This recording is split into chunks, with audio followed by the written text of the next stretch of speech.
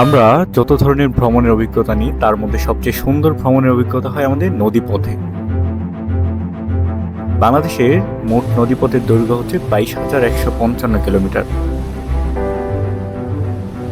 আমরা এই লঞ্চ ভ্রমণের অভিজ্ঞতা থেকে আপনাদের সাথে শেয়ার করব আপনারা যখন লঞ্চ ভ্রমণ করবেন তখন কি কি ধরনের সতর্কতা অবলম্বন করবেন, কেবিন নিতে গেলে কি কি সমস্যায় পড়তে পারেন এবং তার সমাধান কি। আপনাদের সকল প্রশ্নের উত্তর পেতে পুরো ভিডিওটি শেষ পর্যন্ত দেখুন।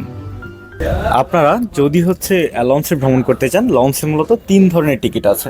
প্রথমত ডেক, যেটা কোনো নির্দিষ্ট চেয়ার না, শুধুমাত্র আপনারা মেঝেতে বসে যেতে পারবেন।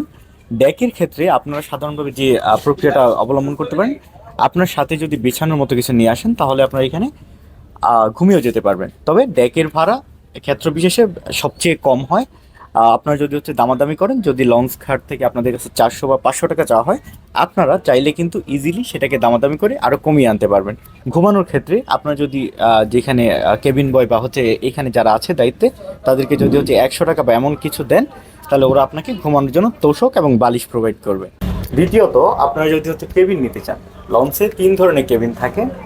ক্ষেত্র বিশেষে এটা আরও বেশি হতে পারে: সিঙ্গেল, ডাবল এবং ফ্যামিলি কেবিন। আপনারা যদি একজন ভ্রমণ করতে চান তাহলে একটা সিঙ্গেল কেবিন আরামসে নিয়ে নিতে পারেন। কিন্তু যদি সিঙ্গেল কেবিনে 2 জন বা 3 জন ভ্রমণ করতে চান, সেই ক্ষেত্রে সিঙ্গেল কেবিনের চার্জের সাথে আপনাদের সাথে যোগ হবে এক্সট্রা ভাড়াটা, অর্থাৎ ডেকের ভাড়া। এই ক্ষেত্রে আপনাদের জন্য একটা স্পেশাল টিপস থাকবে। আপনারা যদি 6 জন বা 5 জন বা 4 জন যদি একসাথে যেতে চান এবং কেবিনে যেতে চান, সেই ক্ষেত্রে আপনাদের জন্য প্রেফারেবল থাকবে আপনারা অবশ্যই ফ্যামিলি কেবিনটা ট্রাই করবেন।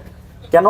ফ্যামিলি কেবিনে বড় একটা বিছানা থাকে, যে বিছানায় আপনারা ইজিলি এপাশ ওপাশ করে 4 জন ঘুমিয়ে যেতে পারবেন এবং এটা তুলনামূলক সাশ্রয়ী হবে। ফ্যামিলি কেবিন নেওয়ার ক্ষেত্রে 2টা সিঙ্গেল বেড থাকবে একটা রুমে। তো আপনারা যদি যত অ্যাডজাস্ট করেন, 4 জনের বেশি এখানে যাওয়া টাফ হয়ে যায়। তো আপনারা যদি ডাবল কেবিন নিতে চান, তাহলে ডাবল কেবিনটা একটু আপনাদের জন্য কষ্ট হয়ে যাবে যদি একাধিক মানুষ যেতে চান।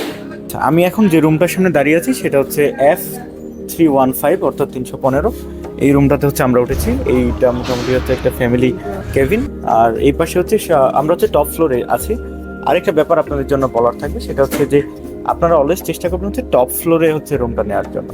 টপ ফ্লোরে রুমটা নিলে সুবিধা যেটা পাবেন সেটা সরাসরি সমুদ্রের ভিউটা আপনারা এখান থেকে দেখতে পারবেন। আপনারা সরাসরি এইখানে যদি বসেন, এখানে দাঁড়ান, এখান থেকে সুন্দর একটা ভিউ আপনারা দেখতে পারবেন। এই ভিউটা খুবই এক্সপেন্সিভ একটা ভিউ।